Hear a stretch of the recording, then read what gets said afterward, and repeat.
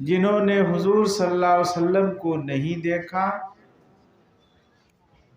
آپ کو سلام براہ راست سامنے نہیں کیا اور نہ آپ کے ہاتھوں میں اپنا ہاتھ دے کر مصافحہ کیا، لیکن حضور نے ایک بشارت دی ہے ان علماء کے لیے جو رسول پاک صلی اللہ علیہ وسلم کے جانشین ہیں، وارث ہیں علم نبوی کے، جیسے اس مدرسے کے محدثین، علماء، اساتذہ اور جیسے حضرت امیر شریعت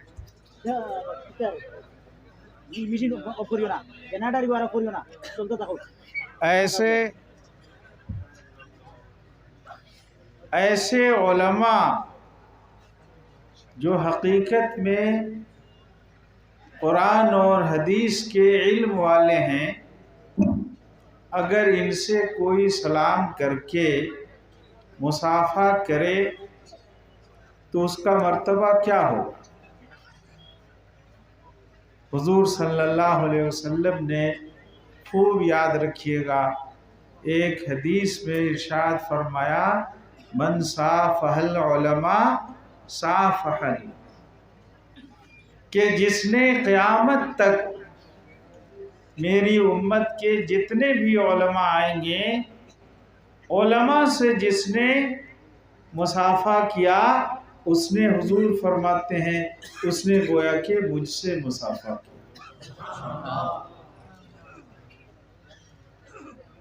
یہ حدیث مسلسل کہلاتی ہے،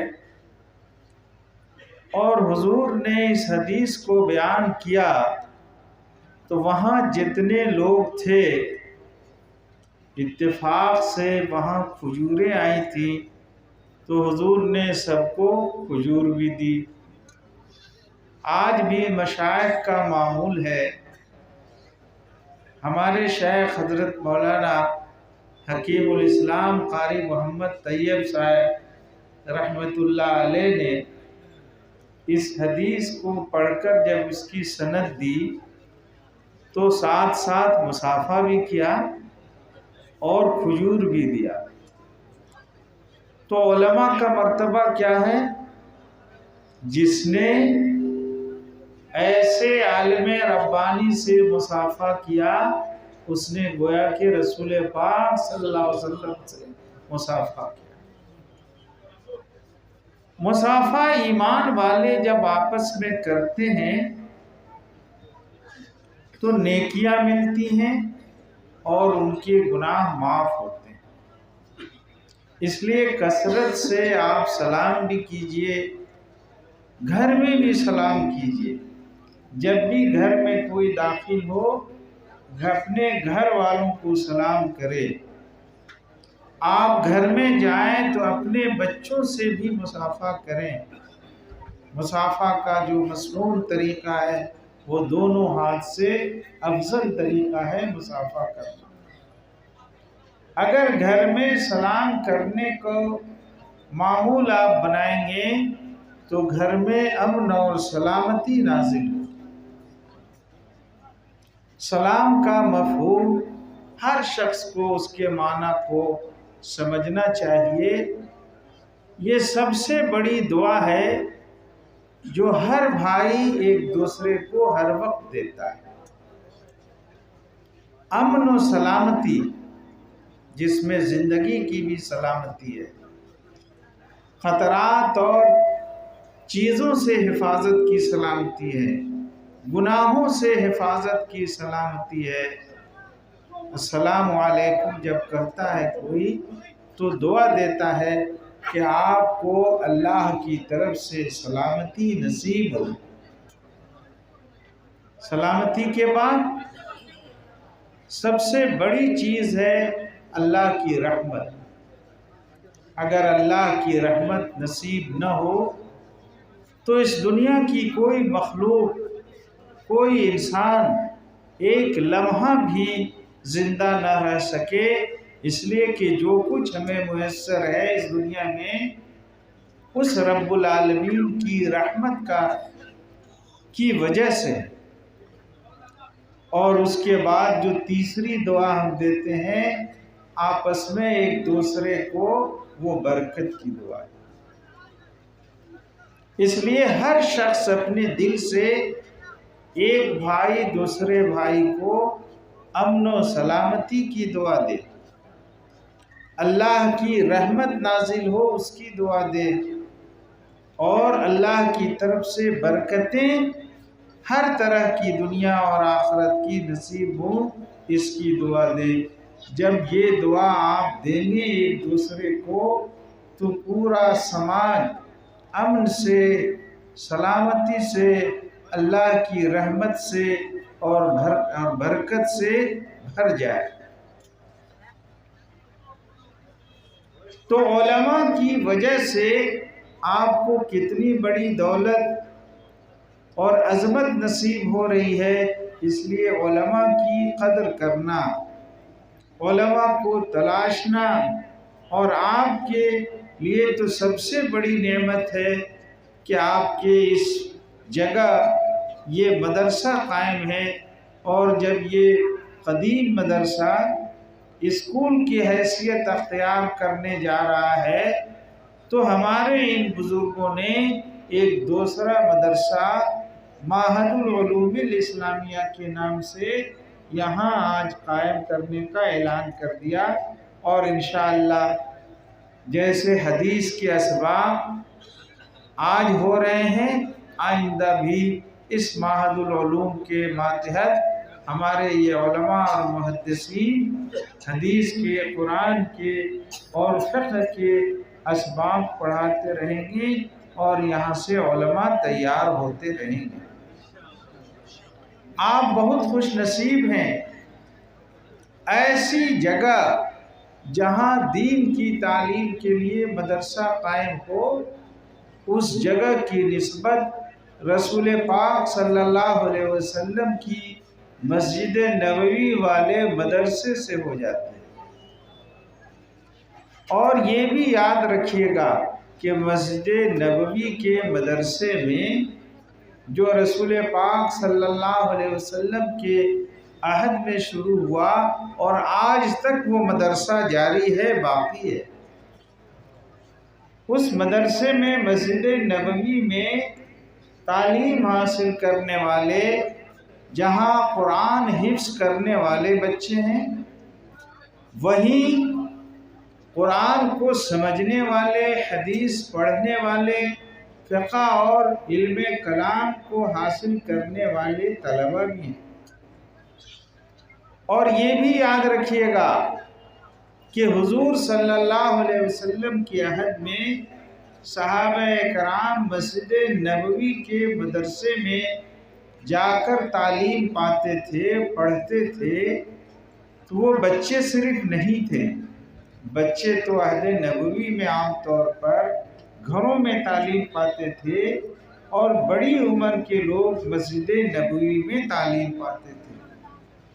آج سے چند سال پہلے میں جب مسجد نبوی میں حاضر ہوا تو بہار کے پھلواری شریف کے ایک انجینئر تھے، سید طارق، اللہ تبارک و تعالی نے ان کو مدینہ منورہ میں رہنے کا موقع عنایت فرمایا تھا۔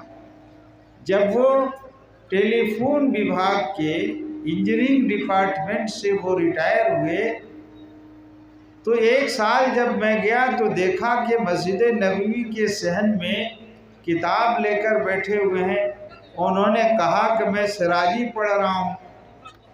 تو میں نے پوچھا کہ اس کی کیا سبیل ہے اور کیسے یہ ہوا؟ تو انہوں نے کہا کہ مسجد نبوی میں بوڑھے لوگوں کے لیے بھی دینی تعلیم کے مدرسے میں داخلے کا انتظام ہے۔ میں نے ریٹائرمنٹ کے بعد دین کی تعلیم کے لیے اس مدرسے میں داخلہ لے لیا ہے، اور 7 سال میں اس مدرسے سے فارغ ہو جاؤں۔ آپ کے لیے بھی اس میں نصیحت ہے کہ علم بچپن سے لے کر موت تک حاصل کرتے رہنا۔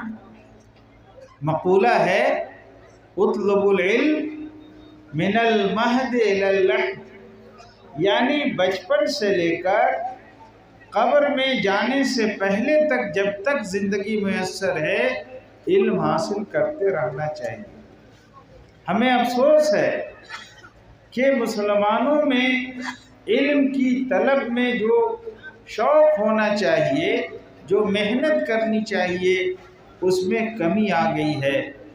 آج جو لوگ بڑی عمر کے ہو جاتے ہیں وہ سمجھتے ہیں کہ اب مجھے پڑھنا نہیں ہے، حالانکہ صحابہ کرام اکثر و بیشتر وہ لوگ تھے جنہوں نے بڑی عمر میں قرآن مجید کو حفظ کیا تھا، چاہے حضرت عمر رضی اللہ تعالی عنہ ہوں، حضرت عثمان غنی ہوں، حضرت ابو بکر صدیق رضی اللہ تعالی عنہ ہوں، حضرت ابو بکر صدیق، حضرت عمر تو اس عمر میں ایمان لائے تھے جب 40 سال کے قریب ہو گئے تھے۔ حضرت عمر تھوڑے چھوٹے تھے اور حضرت ابو بکر کے والد ابو قحافہ رضی اللہ تعالی عنہ تو اس عمر میں ایمان لائے اور قرآن کا علم حاصل کیا جب ان کی عمر 60 اور 70 سے متجاوز ہو گئی تھی، آگے ہو گئی تھی۔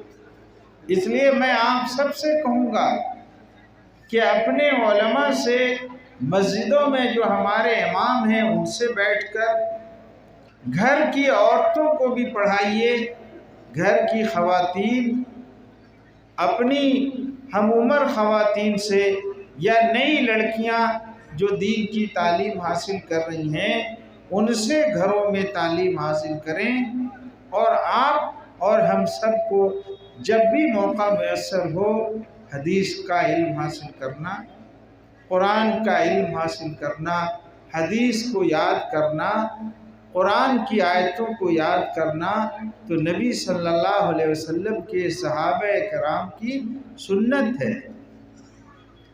لیکن افسوس یہ ہے کہ آج مسجدوں میں قرآن کی تلاوت ہوتی ہے لیکن قرآن حفظ کرنے کی طرف ہماری توجہ، ہمارا دھیان نہیں جاتا،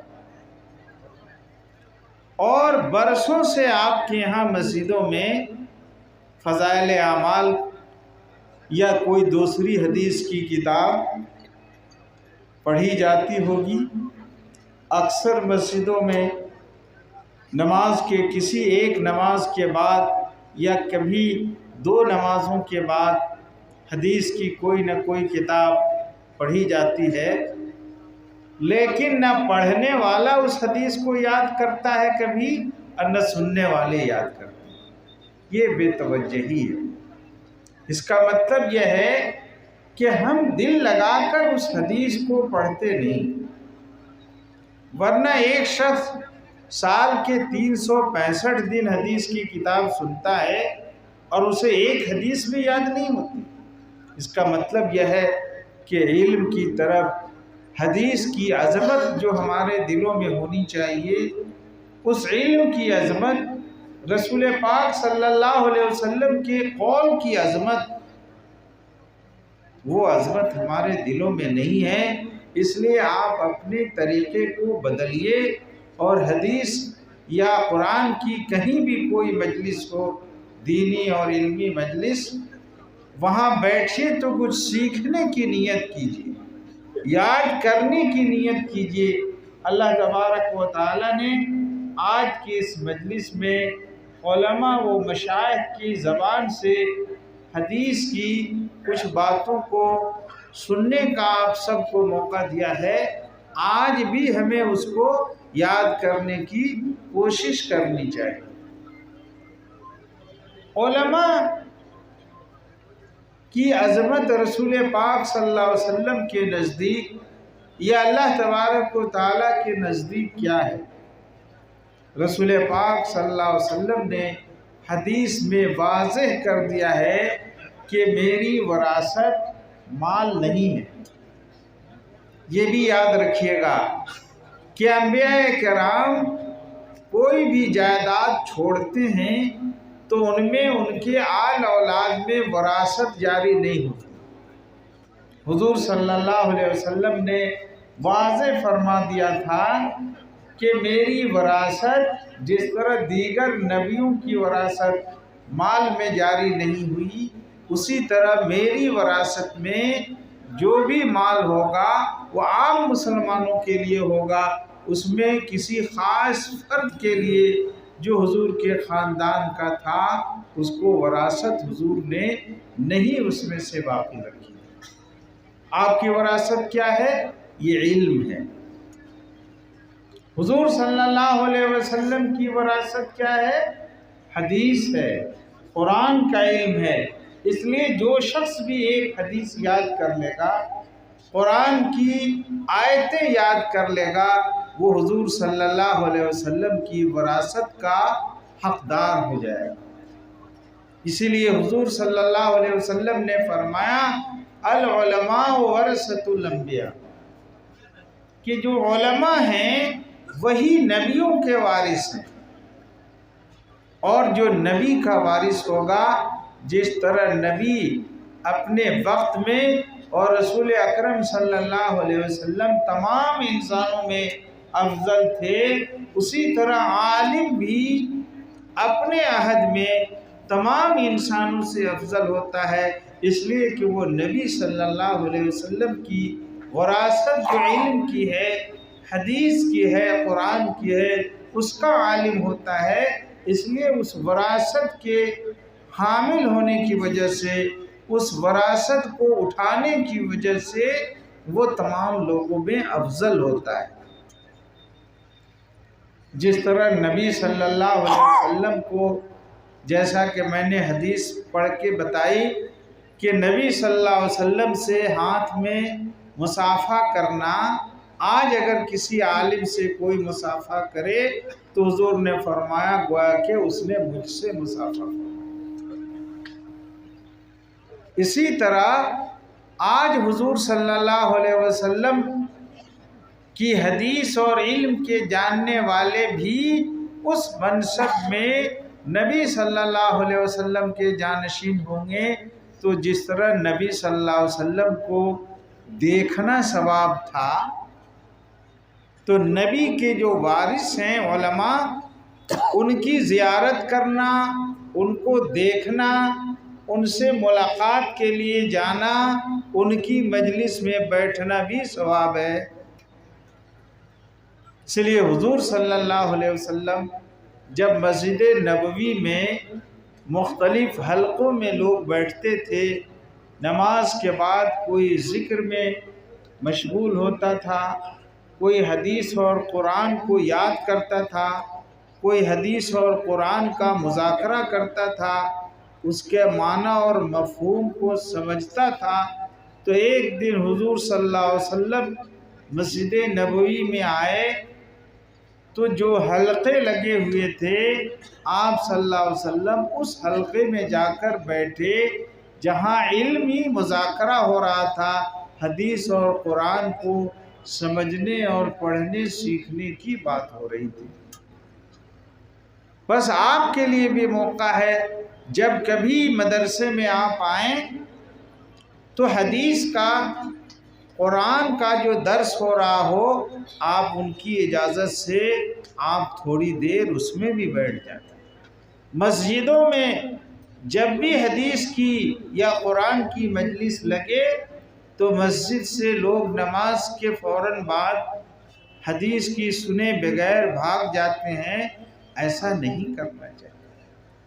وہ سب سے بڑی نعمت ہے جو حدیث کی 2 منٹ یا 5 منٹ کی اگر مجلس لگتی ہے، وہ ایک علمی مجلس ہے۔ اس علمی مجلس میں آپ چند منٹ بیٹھیں اور اس نیت سے بیٹھیں کہ حضور صلی اللہ علیہ وسلم بھی علمی مجلس میں بیٹھتے تھے، صحابہ کرام بیٹھتے تھے اور علم کو حاصل کرتے تھے۔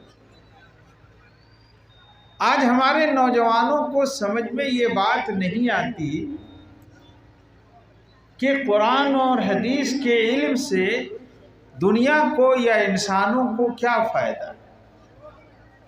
جب تک کوئی نعمت سامنے رہتی ہے تو اس نعمت کی عظمت اور اہمیت کا صحیح اندازہ نہیں ہوتا۔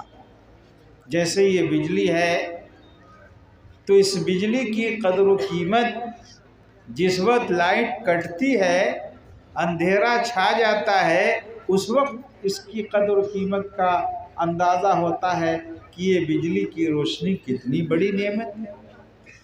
ابھی اس مجلس میں 2 بار 3 بار یہ بجلی کا کنیکشن چند سیکنڈ کے لیے ختم ہوا تو کیسا اندھیرا چھا گیا۔ اسی طرح علماء جس دن اس زمین پر نہیں رہیں گے تو پورا عالم جب اندھیرے میں آ جائے گا، اس دن پتہ چلے گا کہ علماء کا وجود، وہ علم کا نور تھا، وہ کتنی بڑی نعمت تھی۔ بس میرے بھائیوں، ان علماء کے وجود کو غنیمت سمجھو۔ علم روشنی ہے، علم روشنی ہے، اس روشنی کی قدر کرو، اس روشنی سے اپنے دلوں کو تم روشن کرو، منور کرو، اس کی ناقدری مت کرو۔ اگر کسی بھی نعمت کی ناقدری کرو گے تو اللہ تبارک و تعالیٰ اس نعمت کو آپ سے چھین لے گا۔ اسی لیے قرآن کریم میں اور حدیث پاک میں اس بات کی نصیحت کی گئی ہے کہ نعمت کا شکریہ ادا کرو۔ لئن شکرتم لازیدنکم، اللہ نے ارشاد فرمایا ہے کہ میری نعمتوں کی قدر اگر تم کرو گے اور اس نعمت کی قدر کر کے نعمت دینے والے کا احسان مانو گے، اس کا شکریہ ادا کرو گے تو اللہ تبارک و تعالیٰ اس نعمت کو اور تمہیں عطا فرمائے گا۔ اور جب نعمت کی ناقدری کی جاتی ہے تو اللہ اس نعمت کو چھین لیتا ہے۔ کیسی کیسی نعمتیں آسام کے مسلمانوں کو حاصل تھی، آج وہ حاصل نہیں ہے۔ آج سے 200 سال پہلے یہاں کون سے لوگ حاکم تھے؟ ایمان والے تھے۔ آپ تاریخ اٹھا کر پڑھیں گے تو معلوم ہوگا کہ وہ 800 سال سے تھے، 600 سال سے ایمان والوں کی بات چلتی تھی۔ لیکن جب ایمان والوں نے اس نعمت کی ناقدری کی، آپس میں لڑنے لگے، خواہشات نفس کے بندے بن گئے، تو اللہ تبارک و تعالیٰ نے حکومت کی نعمت کیسی چھین لی آپ سے۔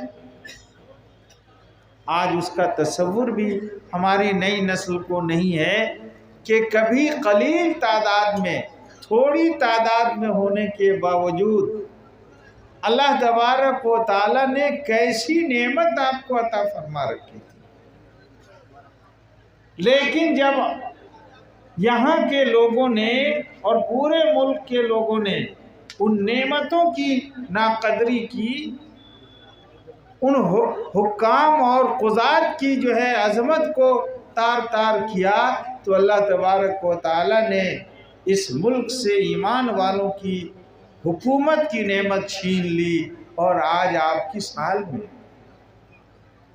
یہ جو مدرسے کی نعمت ہے، اگر آپ اس نعمت کی بھی مزید ناقدری کیجئے گا تو ہو سکتا ہے کہ اللہ تبارک و تعالیٰ ایسے خراب حالات پیدا کر دے کہ یہ نعمت بھی آپ سے چھن جائے۔ یہ جو مدرسے پہلے سے ہیں، آج وہ ہائی اسکول کی شکل میں اگر بدل رہے ہیں تو اس کی جو دیگر وجوہات اسباب ہیں، ان میں ایک وجہ یہ بھی ہے کہ ہمارے لوگ دین کے علم کی نعمت کی قدر جو ان کے دل میں ہونی چاہیے، اس کی ناقدری کرنے لگے تھے۔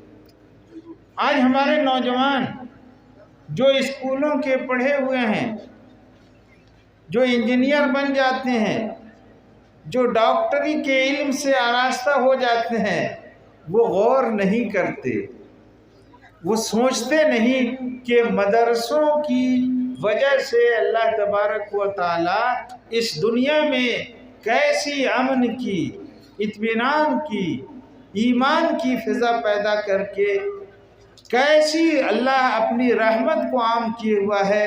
اگر آپ علماء پر تنقید کریں گے، علماء کا مذاق اڑائیں گے، علماء اور مدرسے کی ناقدری کریں گے، تو اللہ تبارک و تعالی ایک دن ایسا نہ آئے کہ جیسے اس مدرسے کو مدرسے کی صفت کے بجائے ہائی اسکول سرکار نے، موجودہ سرکار نے ظلماً حکم دے کر بدل دیا اور مدرسے دین کی تعلیم دینے سے میں رکاوٹ پیدا کر دی۔ آپ کو ابھی بھی جو موقع ملا ہے، اور ہمارے ان بزرگوں نے معہد العلوم الاسلامیہ کے نام سے جس ادارہ کے قیام کا اعلان کیا ہے، اس کی پوری نصرت کرنی ہے، مدد کرنی ہے، مال سے بھی، روپے سے بھی، جان سے بھی، وقت سے بھی۔ اپنے بچوں کو، اپنی اولاد کو مدرسے کی تعلیم دینے کے لیے بھیجنا ہے۔ ایسا نہیں ہو کہ صرف آپ پیسہ دے دیں اور اپنے بچوں کو دین کی تعلیم نہ دیں، یہ بھی ناقدری ہے۔ اس لیے اس ناقدری کی ہرگز آپ شکار نہ ہو، ورنہ اللہ کی طرف سے یہ نعمت آپ سے چھن جائے گی۔ اللہ کی جو نعمتیں ہیں بے شمار ہیں، اگر آپ اللہ کی نعمتوں کو شمار کرنا چاہیں، گنتی کرنا چاہیں، تو اللہ نے کہا کہ کوئی انسان، دنیا کے سارے انسان مل کے اللہ کی نعمتوں کی گنتی کرنا چاہیں تو گن نہیں سکتے۔ اس لیے مطلقاً ہم سب کو اللہ کا شکریہ ادا کرنا ہے، اور شکریہ کا سب سے اچھا کلمہ الحمدللہ ہے۔ کیا کہنا ہے؟ الحمدللہ۔ ہر وقت اللہ کی حمد بیان کرنا ہے، یہی اللہ کی نعمتوں کا شکریہ ہے۔ اسی لیے کھانا کھاتے ہو تو کھانے کے بعد کی جو دعا ہے اس میں بھی الحمدللہ، الحمدللہ الذی اطعمنا وسقانا وجعلنا من المسلمین۔ اے رب، آپ ہی کی خوبی ہے، آپ ہی کی تعریف ہے، آپ ہی کا شکر ہے کہ آپ نے یہ کھانا ہمیں دیا، کھانے کی قدرت دی، اس لائق بنایا کہ ہمارے ہاتھوں سے ہمارے منہ تک غذا جا رہی ہے۔ اگر میرے ہاتھوں میں فالج ہوتا، میرے منہ پہ فالج ہوتا تو ہم کھانا نہیں کھا سکتے۔ اگر یہ دو وقت کی روٹی ہمیں میسر نہیں ہوتی تو ہاتھوں کے صحیح اور منہ کے صحیح سالم ہونے کے باوجود ہم یہ روٹی نہیں لے سکتے تھے۔ اس لیے ہر وقت اس مالک کا شکر ادا کرنا ہے۔ جتنے بھی نئی نسل کے لوگ ہیں وہ مدرسوں کی مدد کو اپنے اوپر لازم کر لیں۔ جو پیسے والے لوگ ہیں، جو دانشمند ہیں، جو انٹلیکچول ہیں، جو سیاستداں ہیں، جو انجینئر ہیں، ڈاکٹر ہیں، سماجی کارکن ہیں، کسان ہیں، جو کھیتوں کو سے غلہ پیدا کرتے ہیں، سارے لوگ مل کر یہ دل میں تہیہ کر لیجئے کہ ہمیں اس مدرسے کی مدد کرنی ہے۔ انشاءاللہ آپ سب کریں گے؟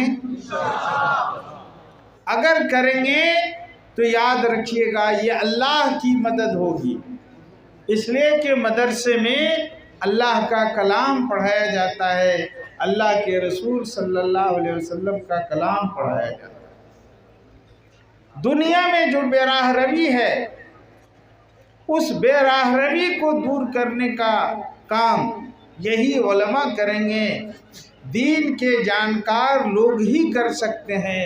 اگر یہ علم نہیں حاصل ہوگا، یہ مدرسے نہیں رہیں گے، تو پھر اس امت کی اصلاح اور عالم انسانیت کی اصلاح، دنیا والوں کی اصلاح نہیں ہو سکتی۔ اللہ نے ہمیں جو دین دیا اسلام کا دین یہ سارے عالم کے لیے ہے، لیکن نہیں جاننے کی وجہ سے ہم سمجھتے ہیں اور لوگوں کو بھی ہم سمجھا نہیں پاتے ہیں کہ یہ دین تمہارے لیے بھی ہے۔ آج کل سوشل میڈیا پر بعض جگہوں پر یہ بات آتی ہے کہ اذان کے الفاظ سے لوگوں کو تکلیف ہوتی ہے کہ بہت تیز سے اذان کی آواز آ رہی ہے۔ غیر مسلم لوگ یہ کہتے ہیں، ان کو بتانے کی ضرورت ہے کہ بھائی اللہ اکبر کا معنی کیا ہے؟ ایشور بڑا ہے، گاڈ بڑا ہے۔ بتاؤ دنیا کے کس مذہب کی تعلیم یہ نہیں ہے کہ اللہ بڑا ہے؟ اگر آپ جانیں گے کہ اذان کا معنی کیا ہے، اذان کے الفاظ کا، تب نہ لوگوں کو بتائیں گے۔ اذان کے الفاظ سب سے بڑی دعوت ہے۔ اگر آپ اس وقت کسی بھی کٹر سے کٹر شخص کو، کوئی بھی مذہب کا ہو، اس سے پوچھیں گے کہ تمہارے مذہب میں جو گاڈ ہیں، جو ایشور ہیں، وہ بڑے ہیں یا چھوٹے ہیں؟ ظاہر ہے وہ کہے گا کہ ایشور سب سے بڑا ہے۔ تو آپ بتائیں گے یہی بات تو تم نہیں بولتے ہو، اور ہم اذان کے الفاظ میں روزانہ 5 بار بولتے ہیں کہ اللہ اکبر، اللہ اکبر، اللہ ہی بڑا ہے، اللہ ہی بڑا ہے۔ تو یہ تو تمہاری بات بھی ہے، تمہارے دل میں جو بات ہے وہ ہم اپنی زبان سے عربی کے الفاظ میں بولتے ہیں، تم ہندی میں بولو، تم سنسکرت میں بولو، تم آسامی زبان میں بولو، تم بنگلہ زبان میں بولو، تم انگریزی میں بولو، کسی بھی زبان میں بولو کہ اللہ بڑا ہے۔ اللہ ہی کی بڑائی بیان کرنی ہے اس پورے سنسار میں، اس کائنات میں، اس دنیا میں۔ اور ہم کیا کہتے ہیں اذان میں؟ حی علی الصلاۃ۔ ہم یہ کہتے ہیں اللہ لا الہ الا اللہ، اللہ ایک ہے۔ بتاؤ سارے مذہب والے تو یہی بولتے ہیں، لیکن تمہاری غفلت ہے کہ اللہ کو ایک ماننے کے باوجود تم دوسروں کو بھی اس کے ساتھ عبادت میں شریک کرتے ہو۔ کبھی پتھروں کی پوجا کرتے ہو، کبھی درختوں کی پوجا کرتے ہو، ڈائریکٹ اسی ایک اللہ کی پوجا کیوں نہیں کرتے ہو؟ یہی تو اسلام مذہب کہتا ہے۔ ہم کہتے ہیں کہ نبی صلی اللہ علیہ وسلم اللہ کے آخری رسول ہے۔ تم نبی صلی اللہ علیہ وسلم نے جو کچھ دین لایا ہے، دیا ہے، اس کو پڑھو تو، قرآن سمجھو تو، حدیث کو دے کر انہیں سمجھائیے کہ دیکھو اس حدیث میں انسانوں کے لیے کیا ہے۔ اور ہم کہتے ہیں حی علی الصلاۃ، آؤ نماز کے لیے، اس میں کس کو اعتراض ہے؟ بھئی دنیا کا کون مذہب ہے جو اپنے طریقے عبادت کے لیے اپنے مذہب والوں کو نہیں کہتا ہے کہ یہ عبادت کرو تم؟ یہی بات تو ہم اذان میں کہتے ہیں کہ آؤ عبادت کے لیے۔ تم اپنے عبادت کے طریقے پر اپنے لوگوں کو نہیں بلاتے ہو تو یہ تمہاری کمزوری ہے نا۔ پھر ہم کہتے ہیں حی علی الفلاح۔ بھئی کامیابی تو اس عبادت میں ہے، نماز میں ہے، لیکن کیا نماز والی کامیابی کے لیے آپ بھی متوجہ ہیں؟ آپ جانتے ہیں کہ نماز میں کامیابی ہے؟ نہیں جانتے۔ اگر جانتے تو ہر شخص 5 وقت کی نماز مسجد میں حاضر ہو کر پڑھتا۔ ہم نہیں سمجھتے ہیں کہ نماز میں کامیابی ہے، یہ کامیابی اس دنیا میں بھی ہے، صحت کے لحاظ سے بھی کامیابی ہے، اللہ سے مانگنے کے لحاظ سے بھی کامیابی ہے۔ نماز کی دعائیں تو اللہ سے مانگنے والی دعائیں ہیں۔ اللہ سے قریب آدمی ہوتا ہے نماز میں، چاہے وہ کھڑا رہے تو